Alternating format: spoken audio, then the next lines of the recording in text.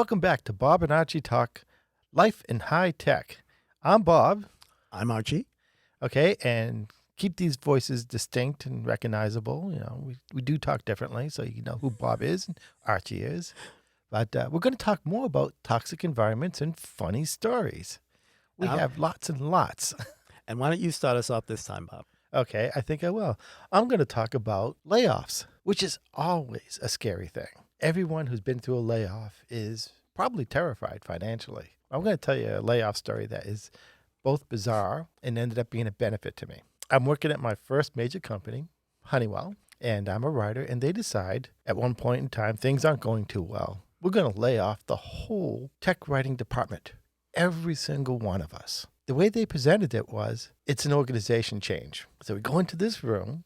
So I have a supervisor. As a writer, I have a supervisor. He has a manager, and he has a director. So we got 3 levels of management there. The director says, doesn't tell us it's a layoff. He says it's an organizational update, change. And so he presents the new organizational chart. Now, it's just a piece of paper on this easel. And he says, well, here's the top organization. He goes, I've been director, now I'm a manager. And then he moves a piece of paper down to show the next level. And he goes, these people are managers or supervisors. And then he moves the next level down. And he goes, these people who are supervisors are group leaders. And then he takes the paper off and there's nothing there. And he goes, and the rest of you laid off. Nobody knew what to say. The room was like drop dead silent. You could hear a pin drop. And then he went on to say that we're going to hire a good part of you back as contractors. And so that was inadvertently my first contract job. It was just amazing the way they did that. And I'm thinking at that time, Honeywell, you had to be there 10 years to be vested and get a retirement. So the money that I'd been there 7 years. Yep. And I had, my daughter was just a toddler. And so I was like really nervous. And I'm thinking, and all of a sudden it hit me, and it shows you what kind of strange personality I am. The biggest movie of that year was a movie called Animal House. And in it, John Belushi is Bluto, I think. Yes. And they're thrown out of the college. And all he can do is say, 7 years of college down the drain. And that line struck me. And I went, 7 years of Honeywell down the drain. I don't get myself. And I start laughing. And everyone's looking at me like, oh, the poor kid. He's not doing too well, is he? He's breaking up here. But the good news was I was one of the ones hired back as a contractor. The other good news was as long as you came back as a contractor, you've got 3 years of recall. And because you had 3 where they could come back and say, we want you back and bring you back as an employee. And because of those 3 years of recall, they added to my years of service, and I met my 10. So I was able to get that. And so all of a sudden, and because I was there for 7 years, I was getting paid my normal salary for several weeks, a few months actually. It was a nice layoff package. Plus, I was getting my contract pay. So Here I am, laid off, making more than twice the money I used to make. Bought myself a new truck.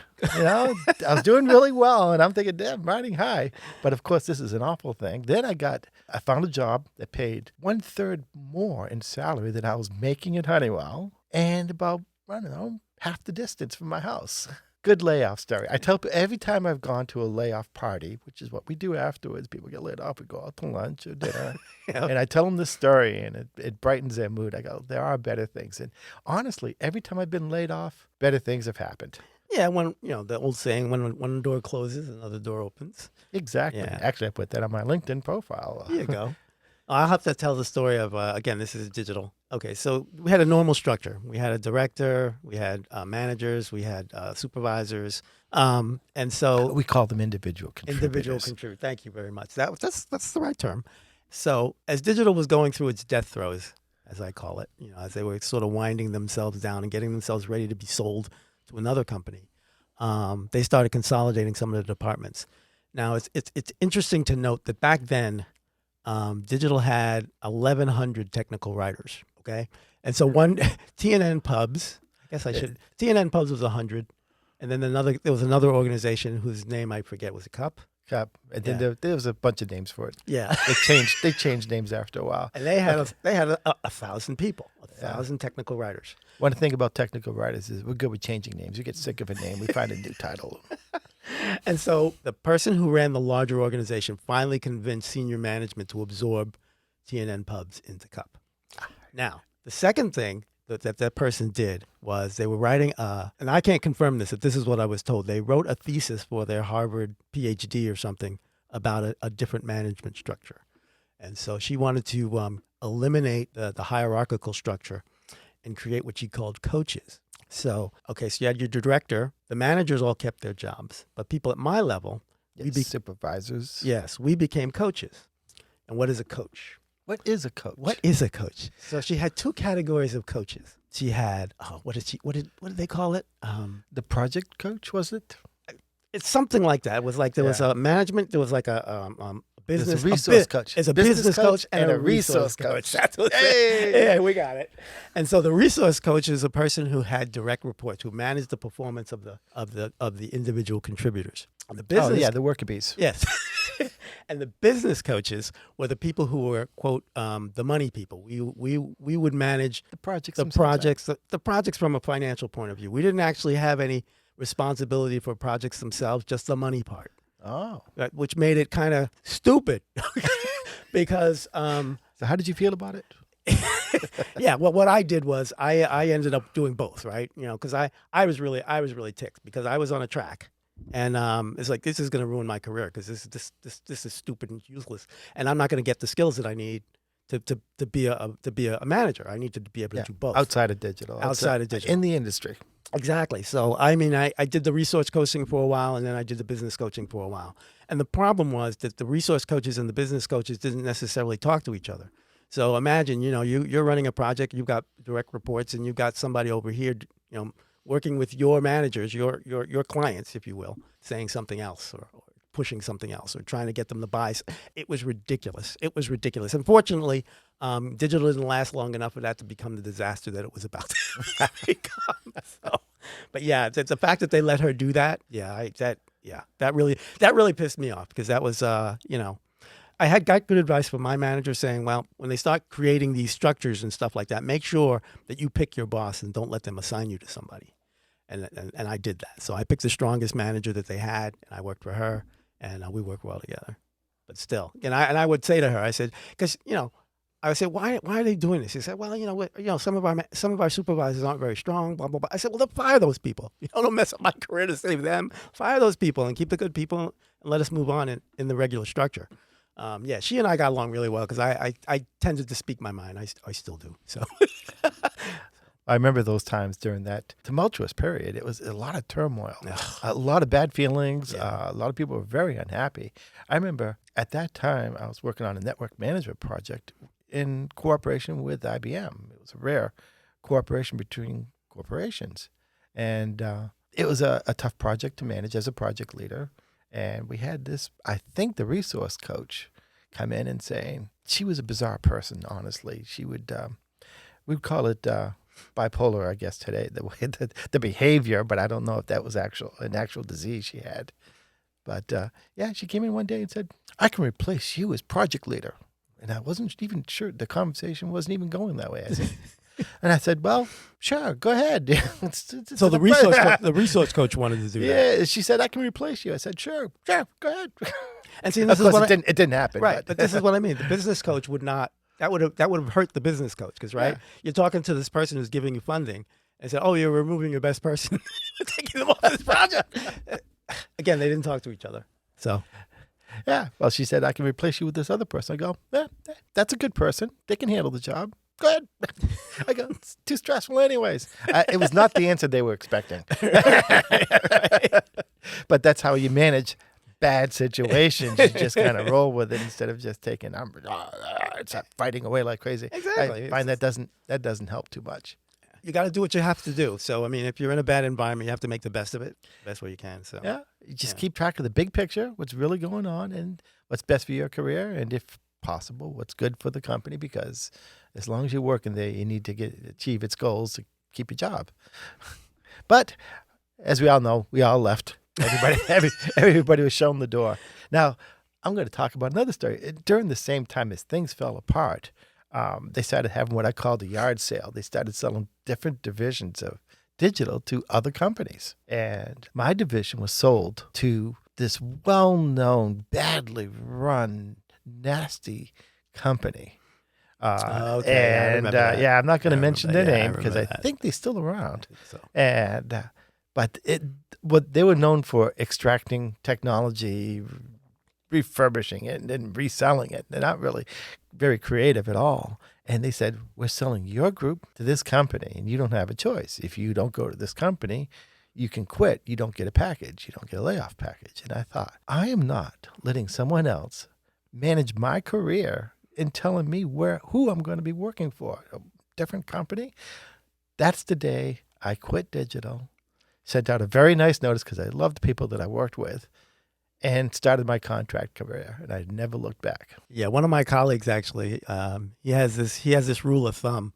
If he goes to a corporate meeting and a senior manager starts talking about how great things are and we're a team and all this other stuff, he usually gets his resume out immediately. So, Yes. yeah. I know exactly what you're talking Yeah. about. And it's really good advice. Yeah. Every time there's what I like to call a rah-rah meeting, a cheerleading meeting, it's just like, Exactly. There's a problem here. Out, get the resumes, out, get polishing, Yeah, and get- spiffed up, and away we go. Yeah, run away.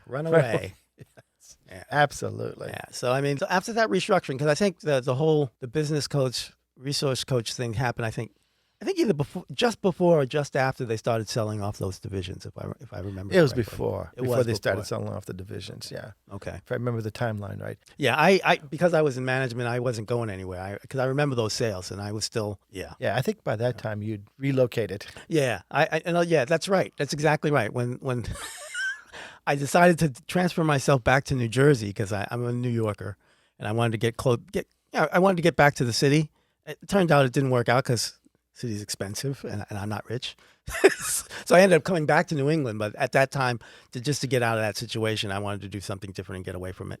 And I had fun in New Jersey. So, but I think I did that for 2 years and then came back to New England. Oh, I had a great time. After digital, and it's a little bit of history, and a lot of smart people all of a sudden out there in the industry, and they all started forming startups. Right. And that's when I started doing startups.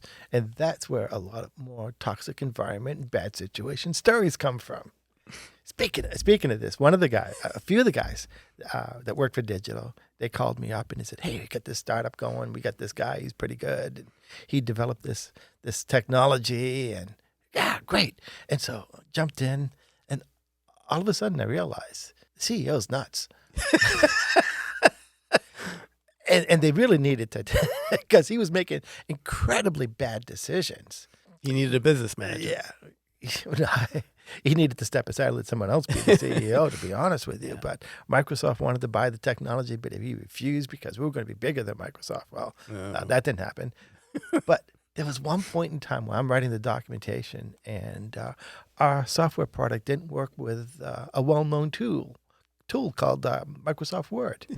It's just like, okay, if you open up Microsoft Word while using our product, I mean, your computer explodes in front of your face. Boom, fire and everything. It'd be bad. It's really bad news. So I said, in the documentation, by the way, we do not support Microsoft Word. Very small company, so I write the documentation, and it's all ready to go. And I put this in because I didn't want anybody's computer blowing up. I figured it looked bad for the company. Just a little bit. The VP of marketing, came into my office and took me into the CEO's office. And they berated me for putting this in. How can you possibly say that? I go, we can go into the lab and take a look, and you see how many computers have been destroyed by this. And we can't tell people that. Really? And I'm thinking, like our mutual friend did, maybe it's time to polish up the resume. That company doesn't exist anymore. Yeah, I can imagine. Of course, I did take it out. It was taken out. And then I wrote more documentation about this and tried to put everything in a better light. But it was still too technical for them. It told people how to use the product. And so marketing took it and made a beautiful marketing document that really said nothing at all. Now, as I was good friends with the CTO, Chief Technical Officer, and he came into my office and he goes, "Yeah, we just went to a customer and we showed them your document, and they said, it's content free." And I went into a furious rage. And then I look at him, he's laughing. He's doing to this me on purpose because he knows I was rewritten. But yeah, toxic environment, good people to work with, but some really bad decisions. Amazing. And I have to admit, I was probably on the other side of that a little bit, and it is another story. I was working with this engineering manager, and we were having some resource issues. And so I brought in a couple of contractors. Well, I had one writer there, and I think he retired or left or something. And then I had to bring in a couple of contractors to take over from him. Then when things got better again, I wanted to get rid of those contractors and put a regular employee on that project.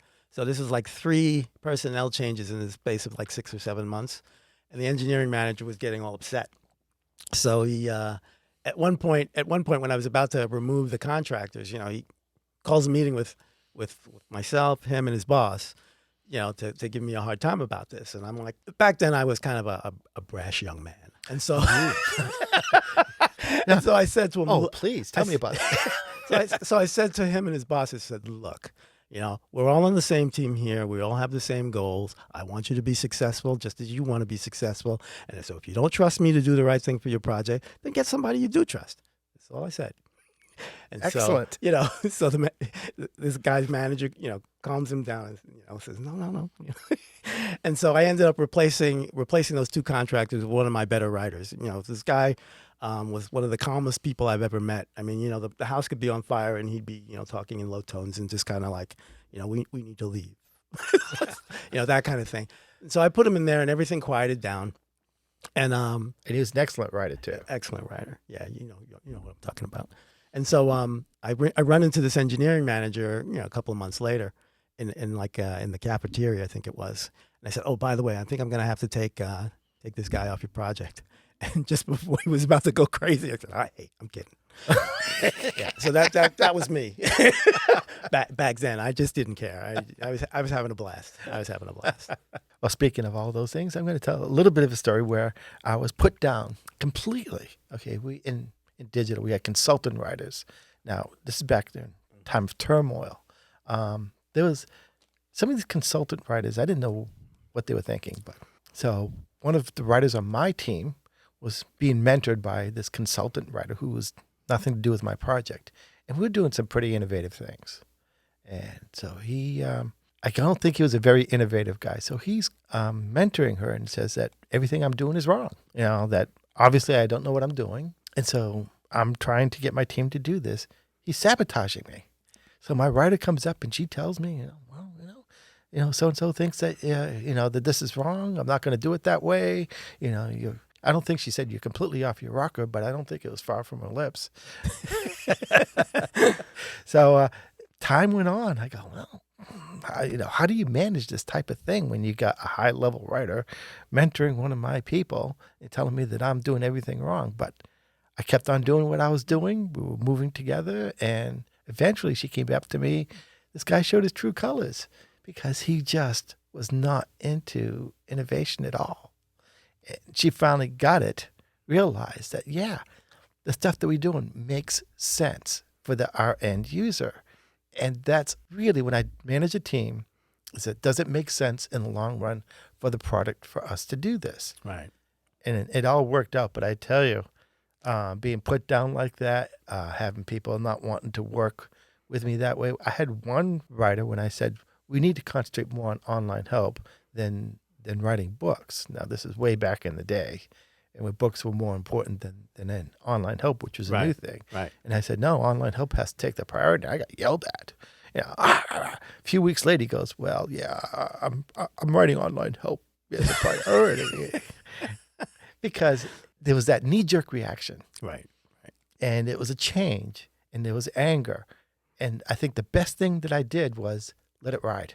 Let the project show, let the facts speak for themselves.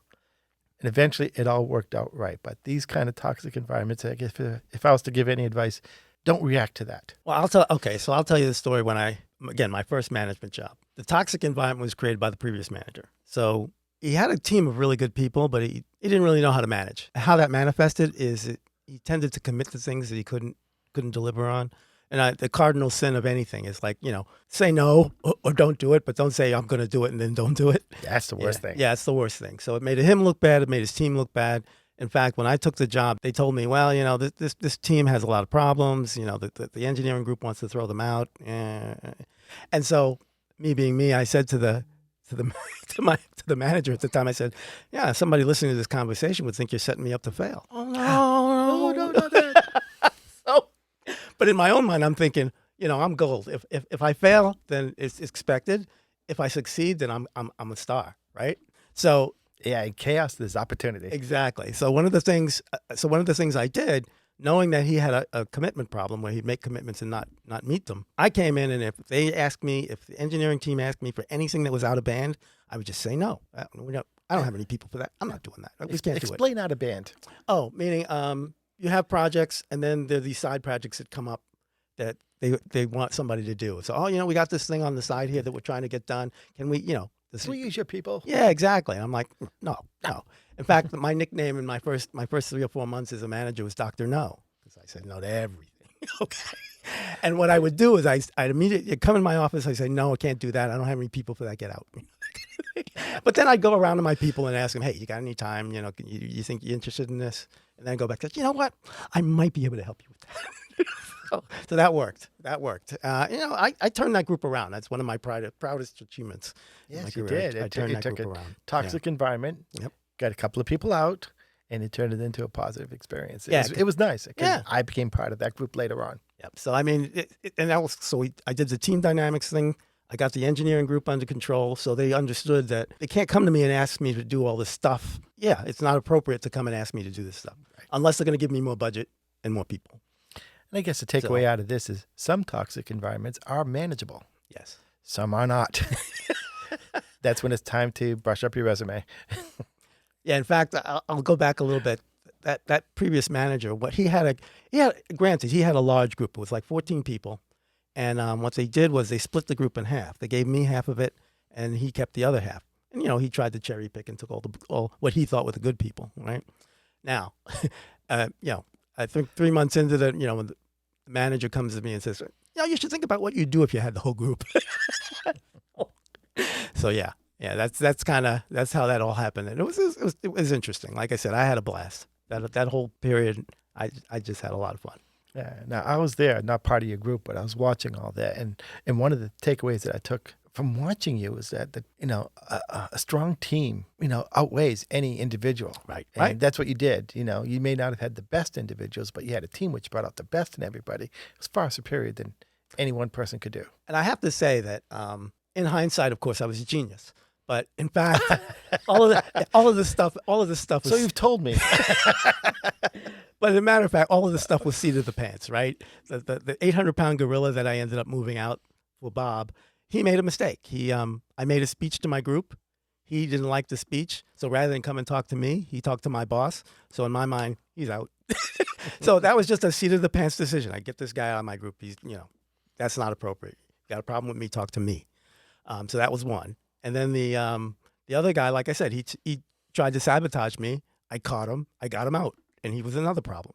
So the team ended up gelling because I got rid of those problems, but it wasn't because I did it for very, very personal reasons, but it worked. Yeah, the right thing for the questionable reasons. That's Okay, right. it was still the right thing. In the Exactly. end. In the end, it was the right thing.